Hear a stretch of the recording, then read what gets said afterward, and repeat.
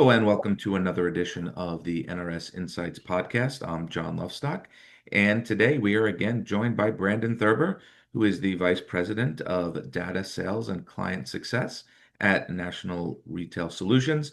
And today we're going to be discussing the NRS Insights Retail Same-Store Sales Report for February 2026. And as of February 28th, the NRS retail network comprised about 38,700 active terminals across almost 34,000 stores. The NRS network last month processed nearly $2 billion in sales. And the report for February showed continued growth in same-store sales. But the story behind the numbers appears to be a little more complex, and we'll get into that with Brandon here in a minute. So retailers are seeing higher revenue, shifts in pricing, or some of the perhaps inflationary measures are causing some of that, and some new product demand is also playing a role in what's driving growth. So as we dig into what's fueling sales, some key metrics like unit sales and transaction counts are slipping, and what it all means for independent retailers moving forward, we'll hear from Brandon on. So some key highlights for the month. Same-store sales increased 4% year over year. Sales grew 4.4% compared to January, and that comes on top of January's 5.8% sales increase. Growth continues to be paced by cigarettes, energy drinks, and prepared cocktails. Sounds like I'm a broken record on those three categories, but that's all good. And a special shout out in the report to the Midwestern urban markets, which the report highlighted showed particularly strong growth.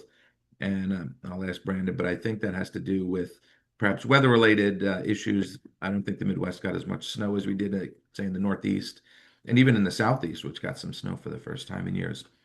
And the overall takeaway, higher prices, as I mentioned, played a major role in boosting sales revenues. So with that in mind, I'd like to turn it over to Brandon. How are you, Brandon? Good, John. How are you? That was a mouthful, but sounds like you had a busy month. There's a lot behind the numbers. So it's dollar sales up. You mentioned the three categories kind of driving that. Definitely pockets that are seeing some growth. The Midwest, Chicago being one of them, but then other places that are down. And yeah, I think you hit the nail on the head that weather is definitely a factor. People were probably snowed in for a little bit. So that's potentially good. After being snowed in, people want to get out and spend their money. Historically, tell me about March. Is March a strong, bounce back month? For those that don't know, convenience store traffic is a bit like an upside down U. Everybody makes New Year's resolutions in December into January, so the alcohol categories, the cigarette categories, month over month are down. However, we did see a less dry January, which kind of was good for traffic and things like that. So February bounces back a little bit, but with the weather, I think that's suppressed some. But we're anticipating March to really start picking back up, and in Pittsburgh at least, we had a trial run of spring that has Yeah. expired, but as we near the St. Patrick's Day holiday, we see occasions where beer sales pick up and different things like that. I have a theory on dry January this year. You want to hear it? I think it's pretty accurate too. I think that people don't they're drinking these uh, alternatives or these cocktails in a can, the vodka and iced tea, spritzers and the seltzers, and they don't really consider that alcohol. That's not beer or shots of tequila. So it's okay if I just have a couple of these. That is interesting. I mean, we're seeing such growth in that brand or in that category. 100 new brands launched in the versus last year. So it's pretty substantial the growth there. Oh, I just remember this because I put this in the vault to call you, bring up to you. I heard that Fireball, with everybody's favorite cinnamon whiskey, has come out with Fireball Zero, and that we're Wow. starting to see alcohol brands come out with zero. That's interesting. I have not seen that on the market. I'm gonna have to take a look. There was definitely kind of a mocktail, like you can get a Moscow Mule in a can that is zero proof, but I didn't know that Fireball did. That'll be a research project for me. I'm stumped. A non-alcoholic Moscow Mule. Yeah, so it's basically like a little bit of a ginger ale, a little bit of a something else. I don't know. Okay, listen. All right. That's all I have to say about that. One of the things to bring data and insights and good things to zero proof is it's actually demonstrating that it's serving two consumer needs. There's this concept of zebra striping. Back in the day in college, you were probably told like one beer, one water, all right, to keep yourself hydrated. But in a social setting, folks are maybe going one beer, one non-alcoholic beer back and forth Mhm. for that pattern. But it's also bringing new people to that category. So somebody that wouldn't touch an alcoholic beverage, but likes the thought or the taste of beer or wine, or maybe they're sober for a different reason, but then they can participate socially. So there is a pretty good shopping occasion to why you should carry both if you are a retailer. Oh, absolutely. And we see it, the stores I've watched, and I have a more of a heightened sense because of our conversations, but I've watched the C stores I visit expand their non-alcoholic cooler door set, by first by shelves and now by doors. I mean, a store now will have four or five non-alcoholic beers, let's say, and very Yeah, common. and party hosts, right? If you're hosting a party now, you consider that option as well. So it's an incremental purchase. It's great. I think it's great for business. All right, so let's what goes better with a drink or a fake drink than a nice cigarette and some tobacco. So tell me how did the month go on the tobacco and smokeless side? Yeah, so cigarettes are growing. That's more a reflection of price than it is units. It'll be interesting as we sit in mid-March and fuel spiking. Usually there's a direct correlation. So there's less disposable income, which shifts consumers to a discount brand in most cases. So that'll be something that we'll take a look at in March. And with the smokeless or modern oral nicotine perspective, we're now tracking over 40 modern oral nicotine or white pouch nicotine brands. That category continues to grow and evolve. But some of the kind of name brand are facing a little bit more competition. Interesting. Okay, so in talking to the retailers, fortunate to speak to a lot of retailers, they are resetting the back bar. I'm seeing a lot of retailers reset the back bar. I think we touched on this last month as well. Is that a reflection that uh, despite cigarette numbers appearing to be going up for a while, that the future is smokeless, or is it still too early to tell?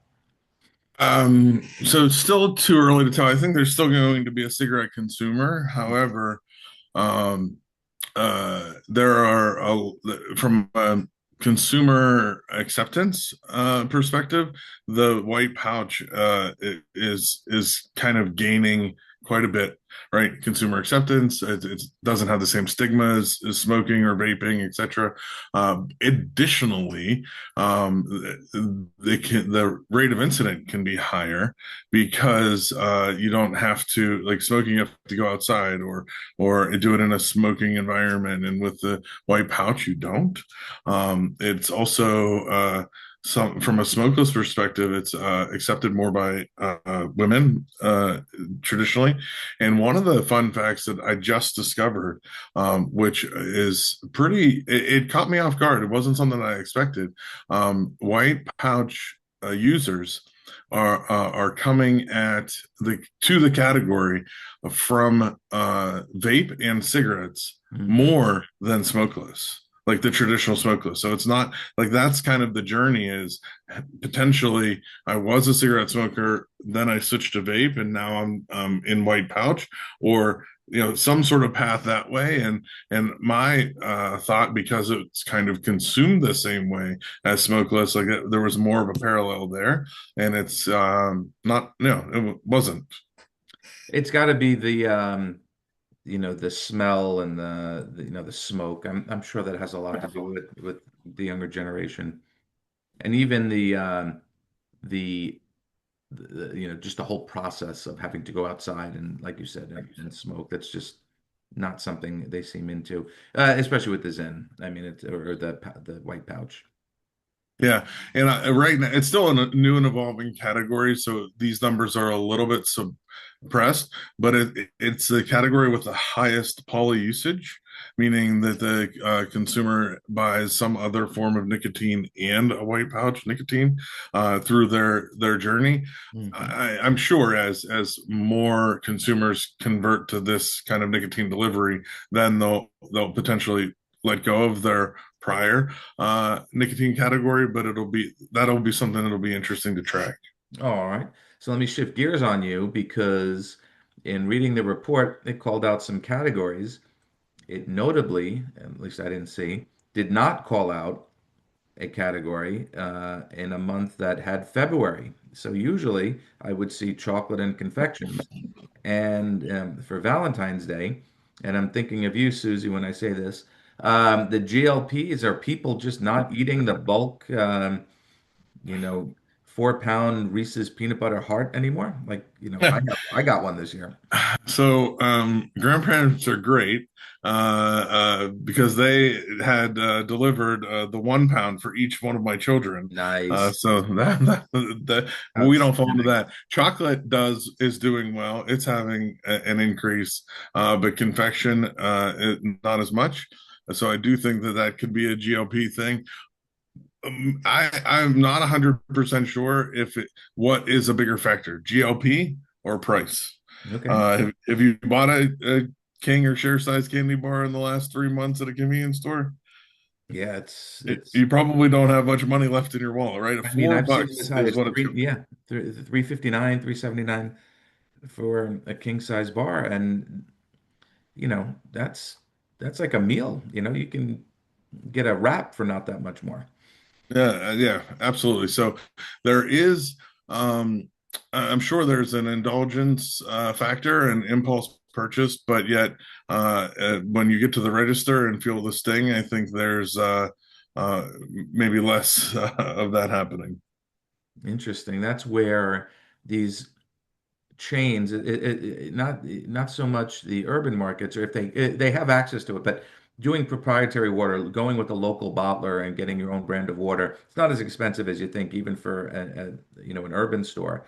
If you can sell a bottle of water for $1.99, or those Arizona prepackaged cans, those I would expect would grow in popularity as the price of candy goes up. So you're still, instead of buying a $2.50 bottle of soda and a $2.50 candy bar, this comes out to $5. You're getting a 3.79 candy bar with the 99 cent. So the end price is similar. Yeah, that's a fair point, and we do see a continued shift in protein. Hmm. If you look at the salty snack category, out of every subcategory within that, the only one that's seeing growth right now is meat snacks, Yeah. and it's just folks want the protein. It's so, again, not to pick on the category, but that bag is getting smaller and smaller, and that price is getting higher and higher. And I understand that it's not cheap to produce, but um, it's not a cheap product to purchase. Yeah, and I think folks are just to your point. I think local brands are probably doing okay, and I think that yeah, folks are just making decisions that are a little bit different these days. And Mhm. if that item has like a big 10G protein on it, then consumers are saying, I'll take that or give me more. Yeah, okay. And yeah, so in addition to that, they're also looking at it as a meal substitute, I guess, which kind of helps justify a higher ticket cost because I'm not buying lunch now. This is kind of my lunch. So Yeah, it makes sense. All right. So again, put on your magic hat. March, I always look to significant moments and months. So St. Patrick's Day, if our alcohol numbers have been good up till now, I can't imagine there's 1 day spike in for St. Patrick's Day will probably help. Any other trends you're looking at? Alcoholic beverage being one of them. Trying to understand, hopefully, for retailers, weather's good, people are out, people are making purchases, and driving traffic that way. And then just understanding the macroeconomics and how that plays into is it going to slow down trips, or is it going to maybe reduce an item in a basket, or maybe neither, but shift towards a discount or a different brand. All right. Well, very good. So I appreciate your time, Brandon, and we'll discuss March's numbers next month, obviously, and we'll hopefully there'll be some new trends we can start telling people about so they can boost their sales. And maybe I'll see you at a trade show this month, hopefully. And All right. Sounds and also, good. before you go, I would be remiss if we didn't just throw something out there. I saw some news about a large convenience store chain, Krauser's. Did you guys pick up a news? Yeah, so they partnered with us for on the point of sale side of things. So we're looking forward to that. Very nice. So that will help some of the data you get, won't it? In terms of just getting more access to n- new customers. I think time will tell. I'm not sure. All right. Well, good. We'll keep an eye on that. It's a great chain. I shop there pretty much almost every day. So there's one right across the street. Oh, Nice. good. All right. So for Brandon, I'm John Lovestock. I want to thank you all for tuning in, and we hope to see you next month when we discuss the March retail numbers. Have a good afternoon, everyone.